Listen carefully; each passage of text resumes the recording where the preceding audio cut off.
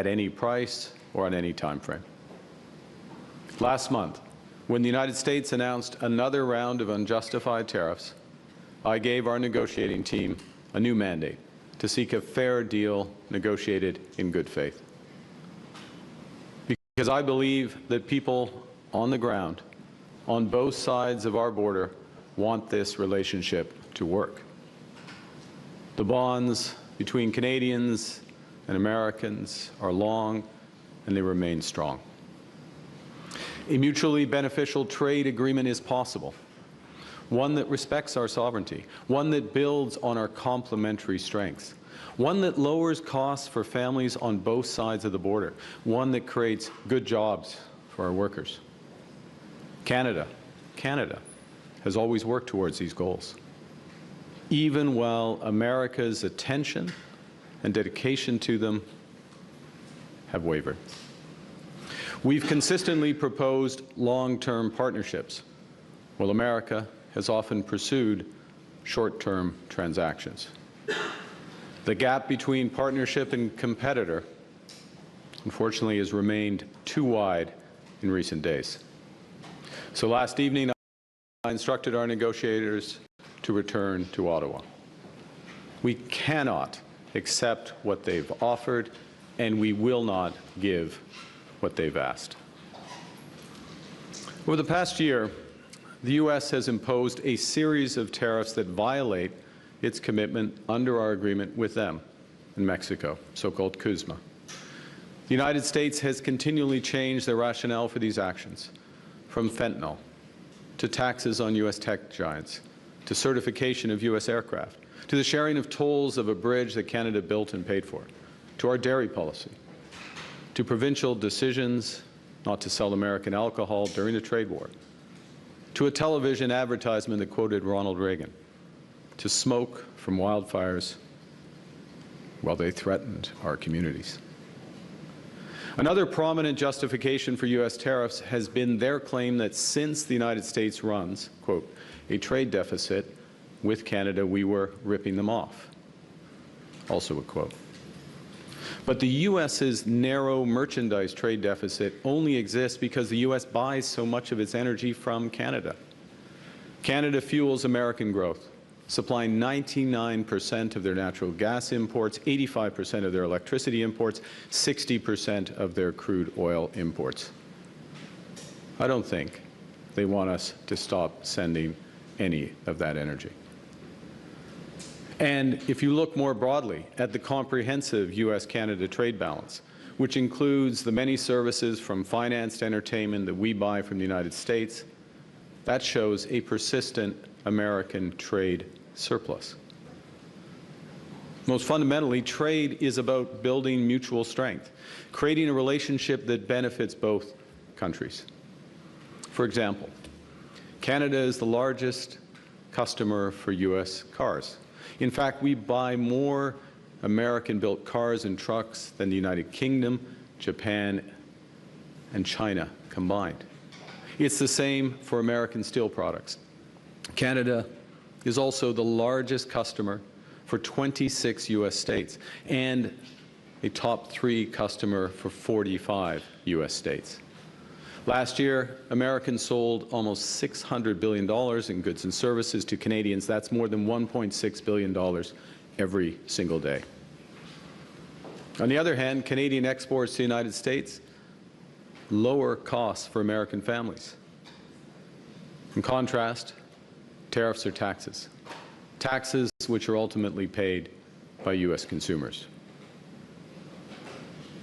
While the United States has imposed a seemingly endless stream of tariffs and threatened more, Canada has, by contrast, taken several steps in good faith to try to find compromise and secure a comprehensive deal in the best interests of both Canadians and Americans. Nos négociateurs ont cherché à non seulement réduire les droits de douane, mais aussi à rétablir un degré de certitude et de stabilité grâce à un nouvel accord global sur lequel les entreprises et les travailleurs canadiens peuvent compter. Ce qui m'amène aux dernières négociations. Last month, the U.S. announced that effective August 19th, it would impose 50% tariffs on a series of industries ranging from hockey equipment to clothing, cement, and beer. The only advantage of this latest threat was that it was a catalyst for more intensive negotiations. Our objectives in these latest talks have been to preserve tariff-free access to the U.S. for the vast majority of Canadian businesses. Secondly, to provide greater stability to our trade relationship. Thirdly, to significantly reduce U.S. tariffs on our key strategic industries so that Canadian businesses in these sectors would have the best access of any in the world. Fourth, protect our small and medium-sized businesses, including by removing the imminent threat of those new tariffs.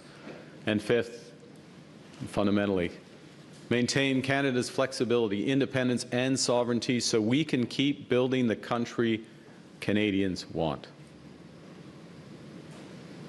Canada has made offers to secure a fair, comprehensive deal that would be in the best interests of Canadians. We were willing to drop our remaining retaliatory tariffs on strategic sectors, particularly steel, aluminum, and autos, if the United States substantially lowered theirs to levels that made it economic for Canadian companies to export to the United States. In exchange for a fair deal, we would encourage our provinces to return U.S. alcohol to the shelves.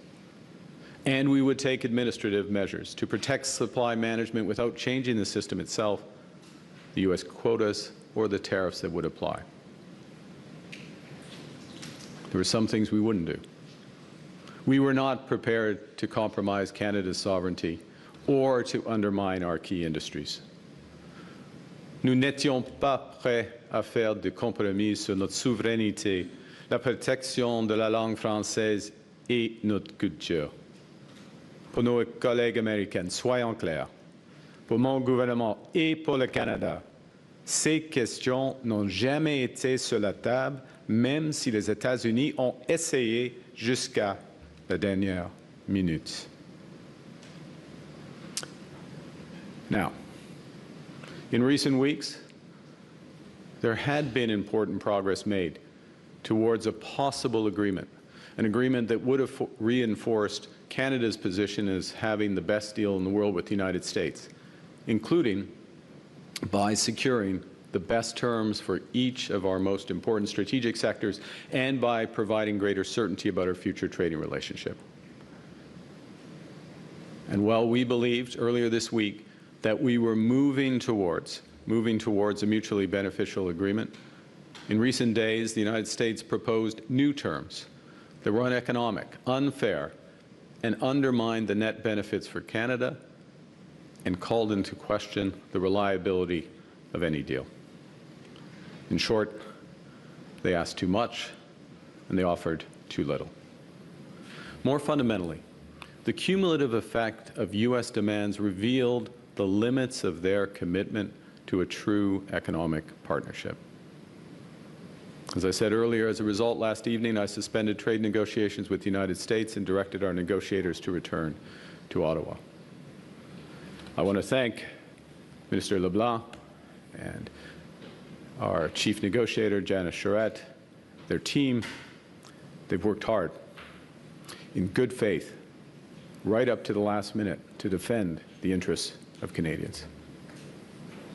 Now, Canada will match Washington's new tariffs dollar for dollar in order to protect Canadian workers, farmers, families, and businesses. Our response will be concentrated in sectors such as steel, dairy, appliances, agricultural equipment, pulp and paper, and electronics. We'll also include products that are currently subject to unjustified Section 232 and 338 tariffs. This is a focused response to protect and defend our industries and allow them to compete with U.S. products in the Canadian market. In the coming days, we'll release details of these new tariff measures which will come into force the Tuesday after Labor Day. Let me be clear. We take this step reluctantly. Reluctantly because we recognize that some of these measures will raise costs and reduce choice for Canadians. Reluctantly because we recognize that some U.S. companies and some U.S. states are innocent bystanders in a dispute that they did not want. Reluctantly because this trade dispute is preventing Canada and America from doing so much good that we could do together. But at the same time, we take this step confident that it is in the best interest of Canada, and that by rejecting a bad deal, by standing up for Canada, by focusing on what we can control, we will build Canada strong for all. Building at home and diversifying trade abroad is not our plan B. It has been our plan A from the start. Canada will continue to pursue this path to build Canada strong because it's right and because it's working. We're moving rapidly to build major infrastructure. We've already referred 27 nation-building initiatives to the new Major Projects Office, new ports, mines, energy corridors from every region of the country that now represent $500 billion in new private investment. Projects that will help Canada build bigger, move faster and trade more with the world. Grâce à Maison Canada, nous accélérons la construction de logements abordables. En quelques mois à peine, cette nouvelle agence s'est engagée à construire près de 17 000 logements dans le cadre de 17 partenariats. Nous bâtissons les infrastructures locales sur lesquelles les Canadiens et les Canadiens comptent au quotidien grâce au nouveau fonds pour bâtir des collectivités fortes qui représente un investissement de 51 milliards de dollars. Plus de 100 projets ont déjà été annoncés partout au pays, entre autres de nouveaux hôpitaux, de nouveaux centres communautaires et de nouvelles lignes de transport en commun. Dans le cadre d'entente avec le Yukon, les territoires du Nord-Ouest, le Nunavut, l'Ontario et le Québec. Nous allons aussi doubler la capacité de notre réseau électrique d'ici 2050 afin que les Canadiennes et les Canadiens aient accès à une énergie abordable et durable pour les générations à venir. Parce que maîtriser notre énergie, c'est maîtriser notre destin. Just last Monday in St. John's, the governments of Canada, Quebec, Newfoundland and Labrador launched the single largest investment in Canada's history to build the largest clean energy project in North America ever. Une deuxième Bay James. It will produce enough clean electricity to power every single vehicle in Canada. We're building our economy while taking charge of our security by investing $500 billion into our defense, expanding our shipyards, growing our aerospace industry, increasing our cyber capabilities. And we're realizing Canada's full potential as an energy superpower in nuclear, LNG, renewables, and low-carbon oil and gas. These are the initiatives that are the future of our country. Canada is now the best connected economy in the world. Over the last year, we have signed more than 20 trade and security deals across 5 continents. We completed our most recent deal with the United Arab Emirates in a record 47 days. Canadian businesses now enjoy tariff-free access to 1.5 billion consumers. Over the next 6 months, we'll double that number through new trade deals from ASEAN to India. Cet automne, nous allons entamer les discussions avec l'Union européenne, la deuxième économie en importance dans le monde, pour approfondir et renforcer notre partenariat en matière de sécurité et d'économie. Canada is building such unparalleled market access because we're trusted, because we're reliable, and because we have what the world wants. That's why the world is coming to our door. In just 3 weeks, we'll host the first Canadian Investment Summit in Toronto. The summit is attracting the world's largest investors who collectively manage over $100 trillion in assets. When they get here, they'll find a Canadian economy that has never been more connected or more ambitious. Nous réduisons les impôts, nous éliminons les obstacles et nous accélérons la transformation de notre économie. Nous avons ramené le taux d'imposition sur les investissements des entreprises à seulement 13%, soit 4,5 points de pourcentage de moins qu'aux États-Unis et environ la moitié de la moyenne du G7. Nous accélérons les processus d'approbation et nous les rendons plus prévisibles, tout en investissant avec le secteur privé. Nous bâtissons une économie canadienne unifiée. Au cours de la dernière année, nous avons éliminé tous les obstacles fédéraux au commerce intérieur. Nous avons assoupli les conditions pour que les travailleurs canadiens puissent mettre leurs compétences à profit partout au pays. Nous travaillons aussi avec les provinces et les territoires pour éliminer les obstacles qui ont divisé notre économie pendant des générations. Nous prenons des mesures pour que les Canadiens et les Canadiennes puissent acheter canadien, embaucher les travailleurs canadiens et bâtir avec des matériaux canadiens plus facilement. This fall, in Budget 2026, we will go further to make Canada even more competitive and attractive for businesses and strategic investors to build, invest, and grow. The new U.S. tariffs are designed to hurt us and divide us. They're a miscalculation. They're a miscalculation because Canadians will always take care of each other. We know we're stronger together. In the last year and a half, Canadians have met this moment with resolve, with purpose, with strength. In many ways, vacationing in national parks, buying Canadian products, choosing Canadian, small acts of solidarity, repeated millions of times that make a statement. We're masters of our destiny. This government is matching that spirit with $25 billion to protect Canadian workers and businesses hurt by American tariffs. We're helping small and medium-sized businesses respond by investing in equipment, in productivity, and supply chain resilience.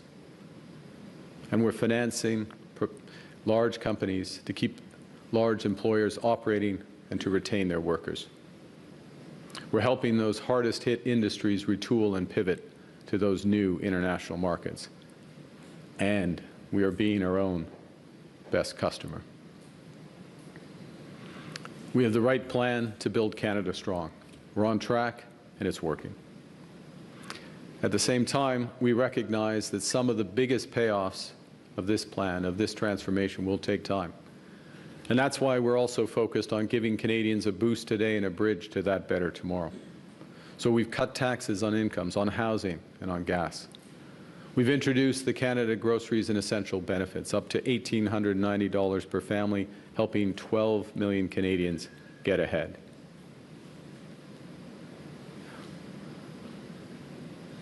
We're stronger now than when the United States started this trade war. More unified, more determined, more ambitious. With the strongest fiscal position in the G7 and a resilient economy, Canada has all the resources we need to pivot and to prosper. Growth is accelerating. We're projected to have the second fastest rate in the G7 this year and next. We are creating jobs in this economy at 4 times the rate of the United States. Our non-U.S. exports are up sharply. They're on track to double over the next decade. Foreign direct investment in Canada is at its highest level in 2 decades. It's running at twice the rate of our nearest G7 competitor. Canada now ranks as the most attractive country in the world for infrastructure investment. Last spring, I warned that America is trying to break us so they can own us. And I promise that that will never, ever happen. We are keeping that promise. Canada is becoming stronger and less dependent on America. We are already giving ourselves more than they can take away. And we are just getting started. As we observed earlier this week in St. John's, Canadians don't submit to the weather. We thrive in it. We don't wait to see which way the wind's blowing or surrender ourselves to the waves to be storm-tossed by events. We set our own course. We make our own weather. Au Canada, nous sommes maîtres chez nous de l'océan à l'autre. Building Canada strong for all. Thank you very much, and I look forward to your questions. Thank you, Prime Minister. Merci, Monsieur le Premier ministre. Maintenant, nous allons passer aux questions. We'll turn to questions. First question, Mackenzie. Hello, Prime Minister. Mackenzie Gray with Global News. I'm hoping you can tell us what the specific last-minute changes that the Americans proposed that made a deal in Tennessee. Thank you for the question. Look, I would say two things.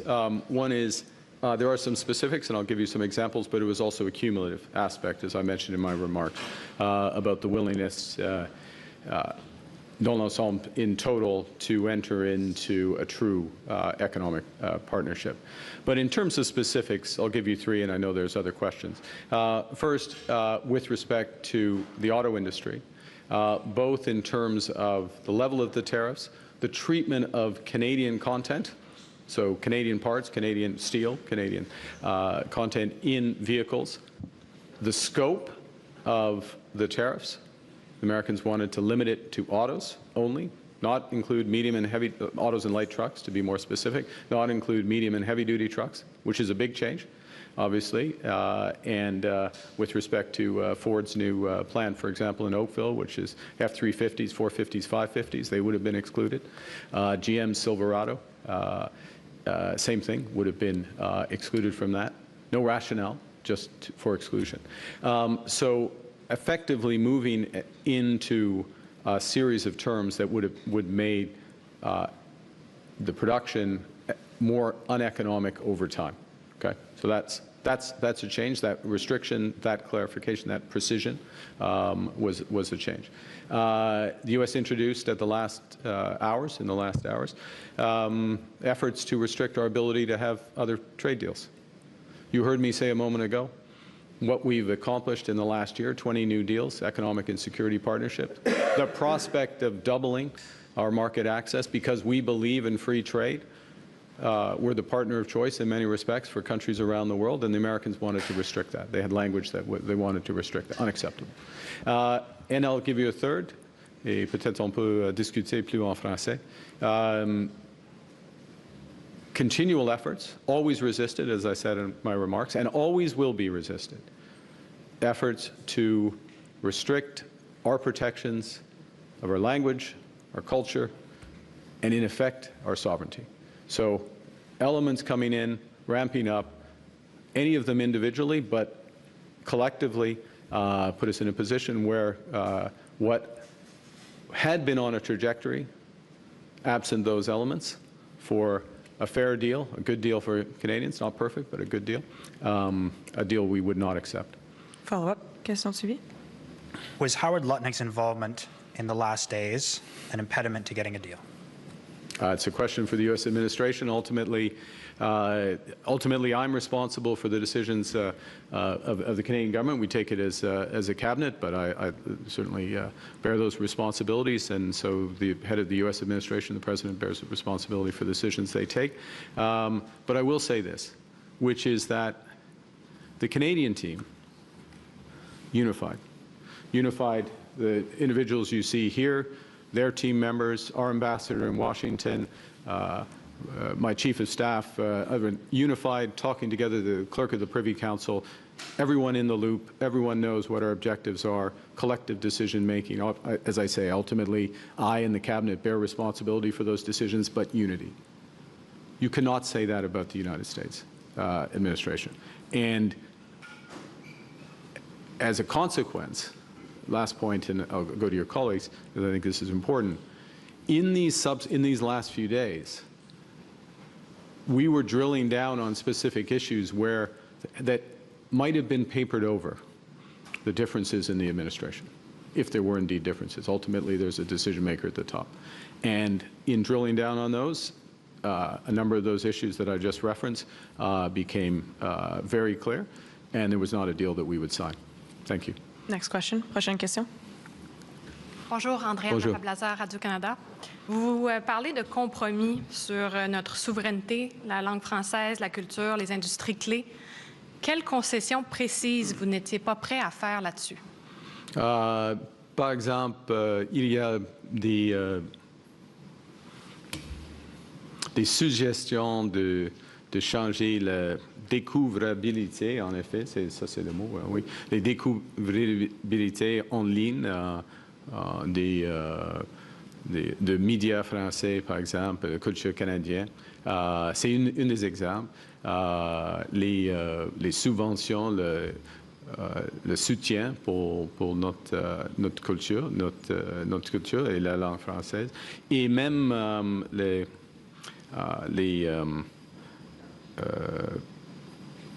renseignements qui sont sur les produits canadiens. Alors, il y en a plusieurs exemples, et jamais acceptable, inacceptable au début, à la fin. Mais les Américains essaient, et on dit non. Et c'est simple. Au fond, c'est simple. Jamais sur la table pour le Canada, mon gouvernement, et les Canadiens, les Canadiennes. Question de suivi, follow-up. Qu'est-ce que cette nouvelle escalade dans la relation commerciale avec les États-Unis signifie pour la révision de la COME? C'est pas de bonnes nouvelles, évidemment. Mais maintenant, c'est plus clair le bout de ligne des Américaines dans quelques secteurs et les limites que leurs intérêts dans l'intégration canado-américaine. On n'a plus de perspective à cause de ces négociations. Prochaine question. Next question. CP. Good morning, Prime Minister. Morning. David Baxter with the Canadian Press.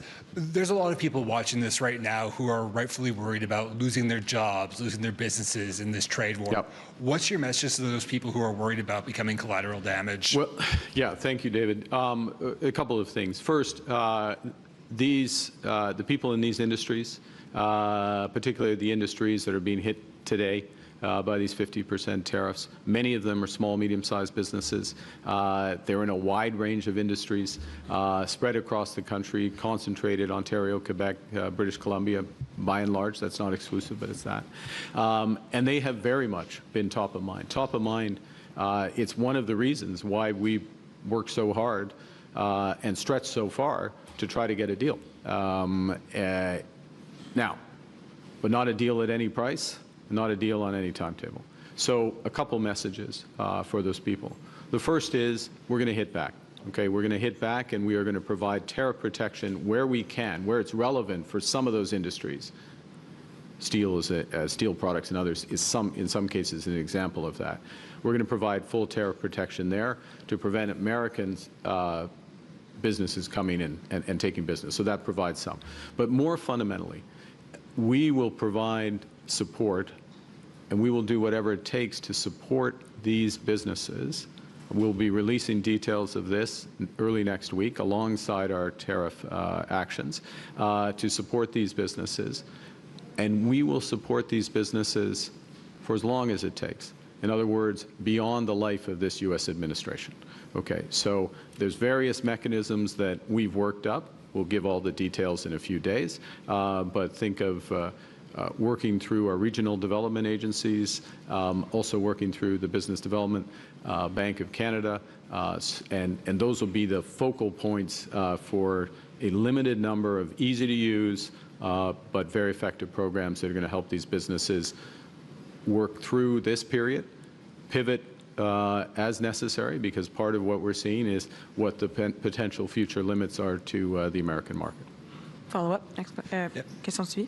And in the last couple of days, we heard some pushback from some of the premiers, such as Wab Kinew. Susan Holt said she was reluctant to put liquor back on the shelves. Quebec's Christine Frechette was saying she hadn't made up her mind on what Quebec's response was going to be yet. And Doug Ford was uncharacteristically silent, but he did send you a letter outlining his red lines last Monday. Just Did any pushback from the premiers play a factor in the decision to end talks with the U.S.? Thanks for the question. First, let me say a couple things. I mean, the short answer is no. So just to give you that perspective. But, and this is an important but, the dialogue with the premiers in the last few days, over the course of the last 18 months, and the partnership that we've established with the premiers is crucial and fundamentally important.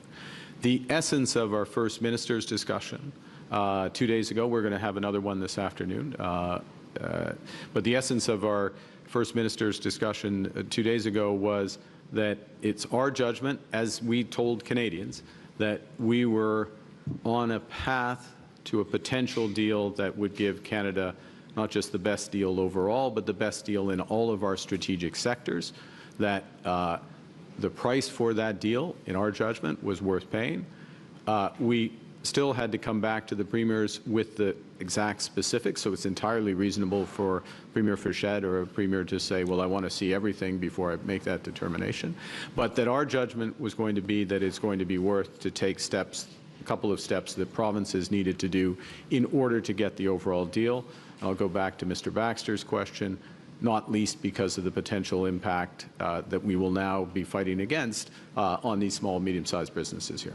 Okay, so that was the discussion. I would, as chair of that meeting, there was a consensus that that's what we would do, subject to finishing the negotiation.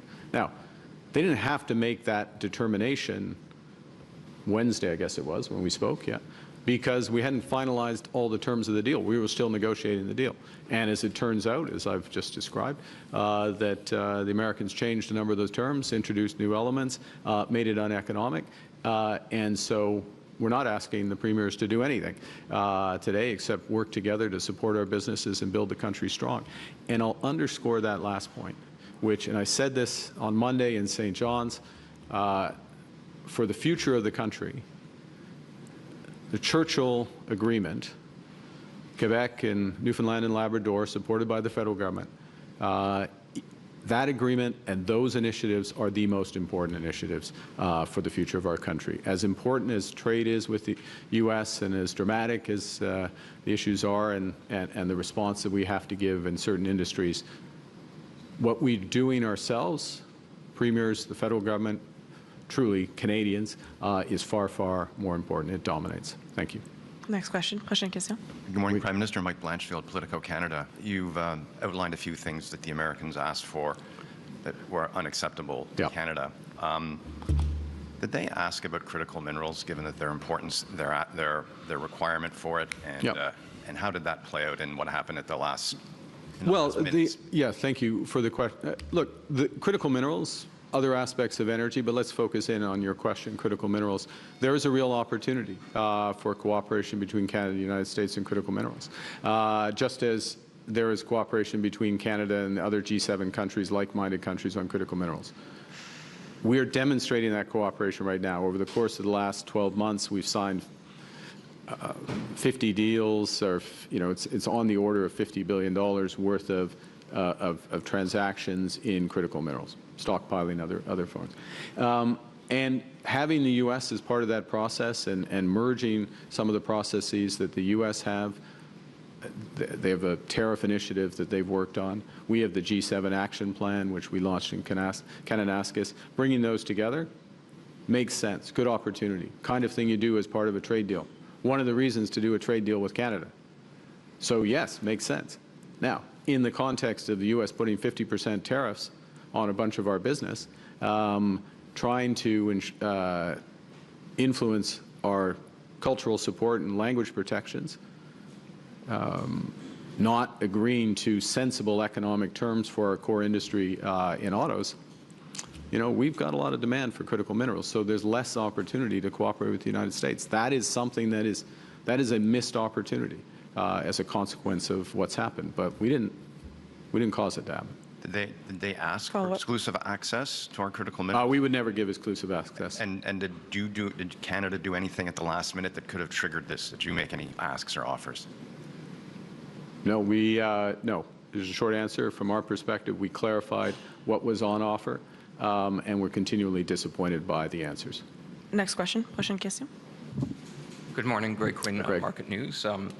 Your midnight statement mentioned part of the breakdown was the reliability of any deal. What do you say to other global business and what do you say to other business and government leaders around the world who can wonder if the U.S. can be trusted from here? If Donald Trump can't execute the art of the deal with friendly Canada, who can he do business with?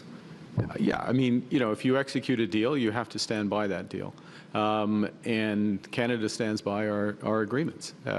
We've stood by the term. I mean, we're only responding in the context of a series of unjustified tariffs that have been put in place, unjustified under the. We have a deal with the Americans. I mean, that's the thing. We have a deal with the Americans. It's called CUSMA.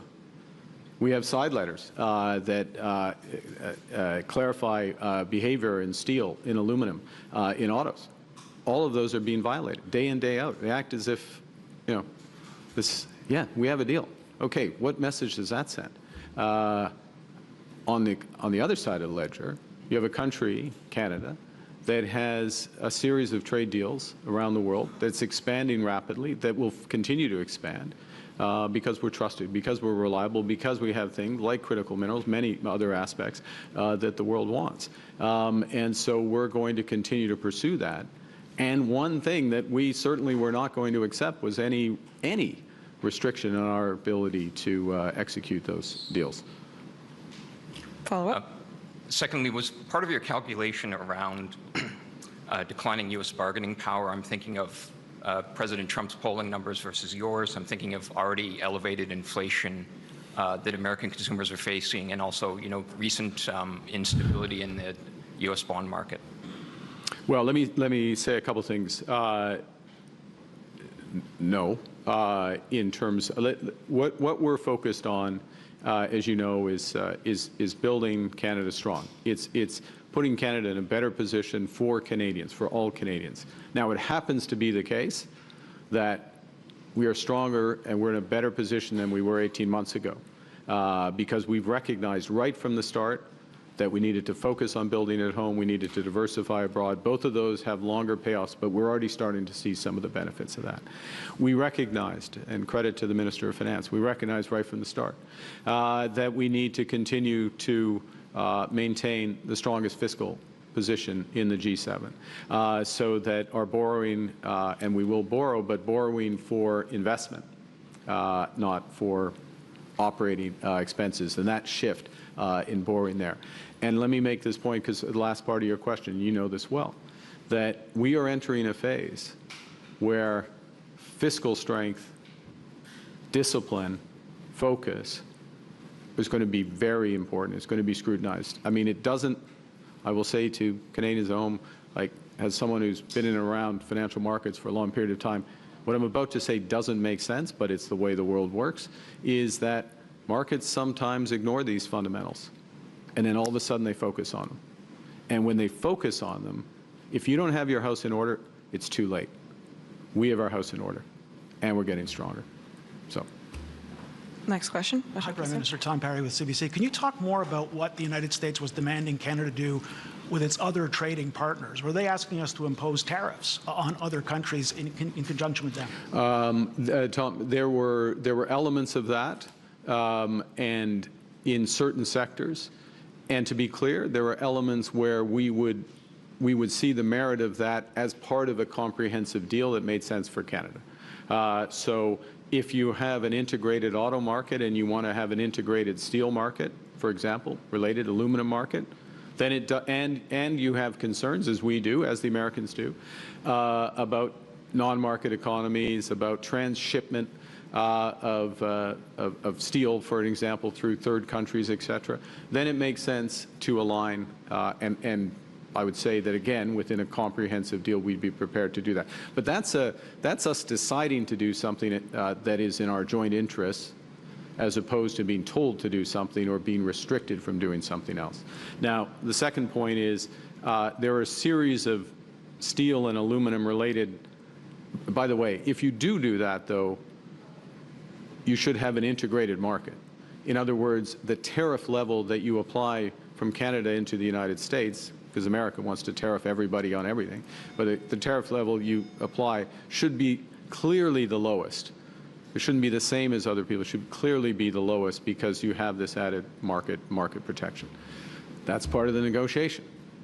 We weren't satisfied. Ultimately, we're on steel, aluminum, and related products, so-called derivative products. Think HVAC systems, nuts and bolts, anything that's Bombardier products, Bombardier recreational products. There wasn't enough movement. Then there's a separate issue, and I'll just stop with a sentence here, which was language which suggested restrictions in terms of our ability to execute trade deals, which would always be unacceptable to this government. Follow-up. What do you think their goal was there? What were they trying to do? And if I could just, as a second part, what were they asking on culture? You can ask the first, not double follow-up. Since you asked, could you ask? I'm going to say no, you can't ask 3 questions. Look, sorry, now I've forgotten the first part of your question. What was it in trying to get us gain more control over our trade policy? Oh, why are they trying to do that? It's a power play. It's a power play, and becomes a question of sovereignty. Look, let's take a big step back. Big step back. And this is what is unfortunate about the situation we're in. We're here for the right reason, but it's unfortunate. Canada and America and our G7 partners, we think about a lot of issues the same way. We're concerned about excess capacity in non-market economies. We care deeply about forced labor, child labor. We want it, and I'll take that second example where absolutely, do we want to cooperate? Do we want to share information? We want to align our approaches and our implementation of those approaches, and was that potentially part of this deal? Absolutely. There's a host of other things where absolutely we want to work together, but when it moves into restrictions and using Canada effectively as more leverage for America, clearly, Canadians wouldn't accept that. We're a proud, independent country. We've got the right values. We'll make our decisions about who we want to trade with and how, and including on how we work with the United States and other partners. Thank you. Well, Il y a un seul follow-up. we'll have time for one last question. Oui. Dernière question, Chris. Oui. Good morning, Prime Minister. Chris Bernardi from the National Post. The government to date seems, at least publicly, to have been very reluctant to wield critical minerals and energy as a weapon as part of this trade war. Is that going to change now? Are those on the table? We have a range of other options to protect our industry. First and foremost, what are we looking to do with our counter tariffs? It's to protect industries that are disadvantaged by the American trade action. So we start with that, and then we think about matching in ways that have the least negative impact on Canadians. So we don't like doing these, but in this environment, it makes sense. One of the things that's happening, I'm going to answer your question this way. One of the things that has happened over the course of the last 12, 18 months is that we have considerably ramped up development of critical minerals. Without a doubt, I can't put a precise number on it, but much less of that development has been related to the United States than it would have been if we were not having these trade issues. It is clear to Canadians the value of diversifying our partnerships. And it's clear to Canadians that, I'll say something, it's clear to Canadians that a pipeline to Asia that exports oil to Asia, or an LNG facility that exports LNG to Asia, is more valuable than just the dollar value because it helps diversify our economy, our partnerships. It makes us less dependent on the United States, I'll just state the obvious there. So I'm putting that in I'm taking your question transparently and turning it to the positive of how we act to build out this as opposed to pulling things, relationships that already exist, and restraining them. But, we'll see. Last follow-up, dernière question. Probably double barrel it because it's the last one. But first, do you plan on? I know. I can't now. You're squeezing water out of a rock. Tom tried that. It's do you plan on reviving certain measures eliminated as what previous concessions, the digital services tax, the U.S. streaming payments for CanCon, for example, those measures? And why does it feel like today Mark Carney is going to war, trade war? The tone. Because we're attacked. Like you're at war when you get attacked. We got attacked. U.S. put 50%. We waited until the United States decided to actually implement these so-called 338 tariffs. That's fine. We've got the reserves, we've got the resilience, we've got the plan, we've got the focus. We will respond. We're going to focus on what we can control. We're going to build. In terms of, let me say this in terms of measures and tax and others. We are constantly looking at our tax system, how we can make it as fair as possible, shift the burden to those who are most able to pay, and in a way that incentivizes investment and entrepreneurship. Right? We are, all elements of the following: build Canada strong. It's not just like it is the plan, and so we want builders to put money to work in new businesses, in big infrastructure. We want them to put to work in Canada, and that makes it strong in ways for all. Il faut avoir une question en français si je peux. Oui. En français, si je peux vous demander de répéter, est-ce que nous sommes maintenant en guerre commerciale totale? Ce qui est évident, il y a une nouvelle attaque des Américains sur le Canada. Alors, il y a une attaque, on attaque dans une guerre. C'est pas bonne chose de tout. Ce n'est pas notre choix. Nous étions là.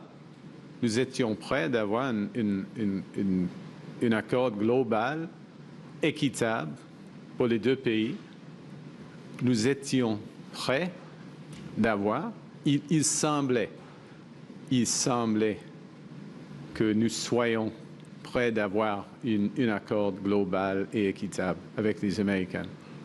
Mais ils ont changé, y compris les menaces contre la langue française et la culture québécoise, la culture canadienne.